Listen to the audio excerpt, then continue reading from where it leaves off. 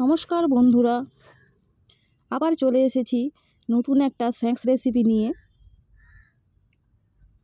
দেখো, গরমা গরম একদম কুড়কুড়ে মুচমুচে স্ন্যাক্স রেসিপি।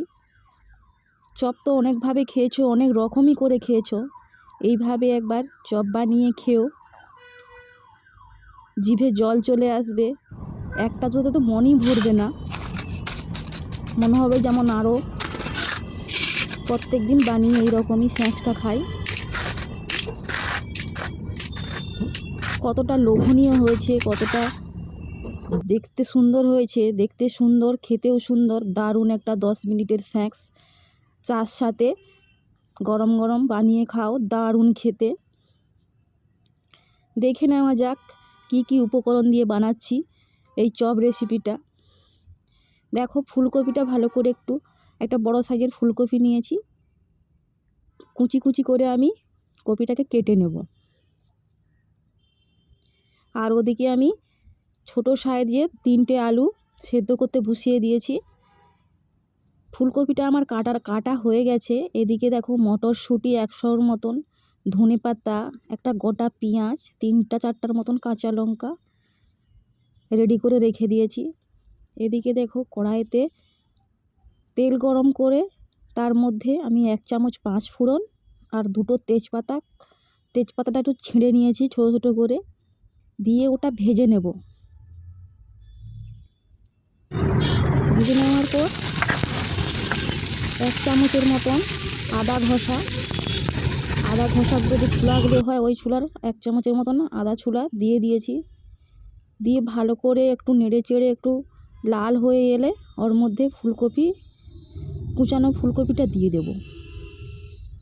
দেখো বন্ধুরা, কুচানো ফুলকপিটা দেওয়ার পর খানিকটা একটু নেড়ে চেড়ে পরিমাণ মতন হলুদ, স্বাদ মতন নুন অ্যাড করব, দিয়ে ভালো করে নাড়তে থাকবো। নেড়ে নেড়ে ঢাকা দিয়ে দেবে। ঢাকা দিয়ে রান্না করলে ফুলকপিটাও সেদ্ধ হয়ে যাবে, আর কষানোর একটা গন্ধ, সুস্বাদু একটা গন্ধ বেরাবে। দেখো কতটা সেদ্ধ হয়ে গেছে, খুন্তি দিয়ে একবার দেখে নিলাম কতটা সেদ্ধ হয়েছে। এরপর আমি দিলাম মটরশুঁটি দেওয়ার পর আবার ঢাকা দিয়ে ঢাকনা খুলে আবার নেড়ে চেড়ে এবারে আলুটা যে সেদ্ধ করে রেখে দিয়েছিলাম, ওই আলুটা হাত দিয়ে চেপে এইভাবে ওই ফুলকপির মধ্যে দিয়ে দেব।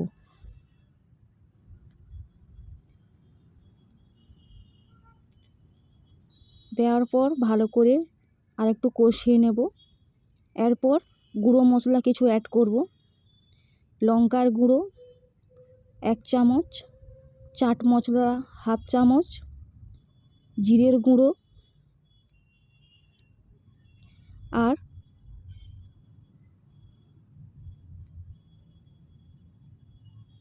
মেথি গুঁড়ো দিয়ে ভালো করে নেড়ে চেড়ে ধনেপাতাটা দিয়ে আরও একটু ভালো করে কষিয়ে, দেখো পুরটা মোটামুটি প্রায় রেডি। এবারে স্বাদের জন্য স্বাদ অনুযায়ী, তোমরা দাদা মিষ্টি খেতে পছন্দ করো, একটু স্বাদ অনুযায়ী একটু চিনি দিয়ে দেবে। দিয়ে খুন্তির সাহায্যে এরকমই চেপে চেপে চেপে চেপে ভালো করে একদম মেখে নেবে ফুলকপিটা কড়াইয়ের মধ্যে। আর যদি না হয়, তোমরা ডাল ঘাটা যে কাঁটা দিয়েও ছেটে নিতে পারো। কাঁটার মতন করে চেপে চেপে মেখে নিলেও হয়ে যাবে। এবার উপর থেকে আমি দিয়েছি চীনাবাদাম, ভেজে রেখে দিয়েছিলাম, চীনাবাদাম দিয়ে দিয়েছি। দিয়ে দেখো ফুলকপিটা প্রায় রেডি। এবার একটা বাটিতে করে আমি ফুলকপিটা একটা প্লেটে করে নিয়ে নেব ঠান্ডার জন্য।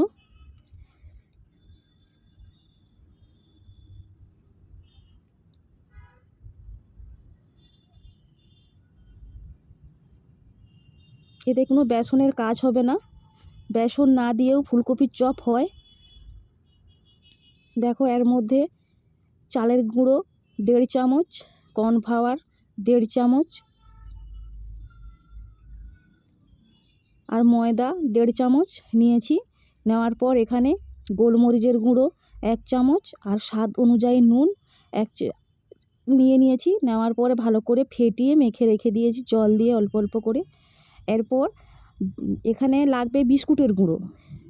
বিস্কুটের গুঁড়োটা খুব ইম্পর্ট্যান্ট। বিস্কুটের গুঁড়োটা খুব খেতে টেস্টি হয় আর কুড়কুড়েও হয়। দিয়ে ওর সাথেও আমি একটু নুন আর একটু গোলমরিচের গুঁড়ো মেখে নিয়েছি। মাখিয়ে ভালো করে দেখো চপটা এইরকমইভাবে লম্বা লম্বা না করে এরকমইভাবে গোল গোল করে প্রথমে বিস্কুটের গুঁড়োর মধ্যে চুবিয়ে নেবে। ভালো করে বিস্কুটের গুঁড়োর মধ্যে দিয়ে ওই কর্নফ্লাওয়ারের বাটারটা যে বানিয়ে রেখেছিলাম সেটার মধ্যে চুবিয়ে আবার বিস্কুটের গুঁড়োর মধ্যে এইভাবে চেপে চেপে ভালো করে সেট করে নেবে। দেখো এইভাবে সবগুলোই শেপ করে নেব। তোমরা অবশ্যই একবার বাড়িতে ট্রাই করে এটা খেও, বা আত্মীয় স্বজন এলে, এখন তো শীতের সময় ফুলকপি প্রচুর বাজারে কিনতে পাওয়া যায় খুব কম দাম এখন। এইভাবে স্ন্যাক্স রেসিপি করে খাওয়াও, সবাই তো প্রশংসা করবে, একটার গায়ে 2, 3, 4টা খেয়ে নেবে গরম গরম একসঙ্গে চায়ের সাথেই দিয়ে দেবে।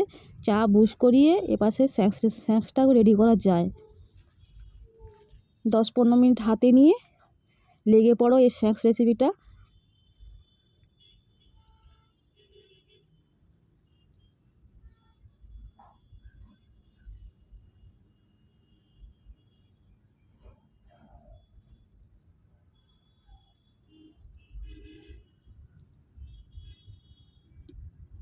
দেখো আমার চপগুলো সব রেডি, সব কোট করা হয়ে গেছে বিস্কুটের গুঁড়োর মধ্যে।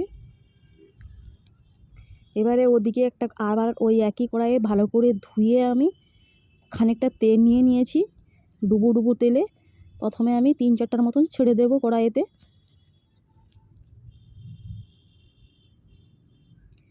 একটুকুনো ভাঙবে না আর একটুকুনো বিস্কুটের গুঁড়ো এদিক ওদিক হয়ে যাবে না, পুরো সেট হয়ে থাকবে।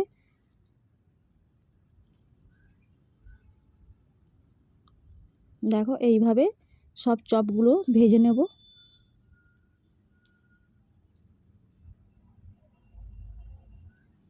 দেখো কতটা দেখতে সুন্দর হয়েছে, একদম লাল লাল করে মুচমুচে করে ভেজে নেবে সব চপগুলো। 4টে হয়ে গেছে, এরপর বাকিগুলো আমি আর এভাবে সব ভেজে নেব বাকিগুলো।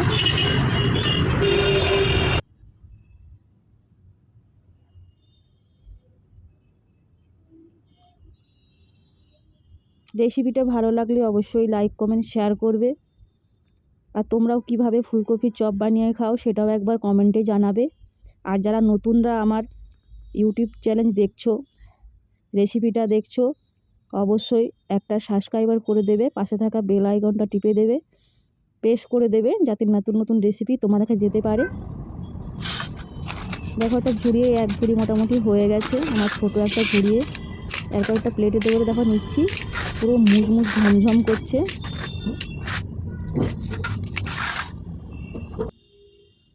উপর থেকে একটু নুন ছড়িয়ে সস দিয়ে, শসা পেঁয়াজ দিয়ে স্যালাড বানিয়ে মতন খাও, দারুণ খেতে। দেখো কতটা সুস্বাদু হয়ে গেছে আর দারুণ খেতে। ভালো লাগলে লাইক কমেন্ট শেয়ার। সবাই ভালো থেকো, সুস্থ থেকো, দেখা হবে পরের রেসিপিতে।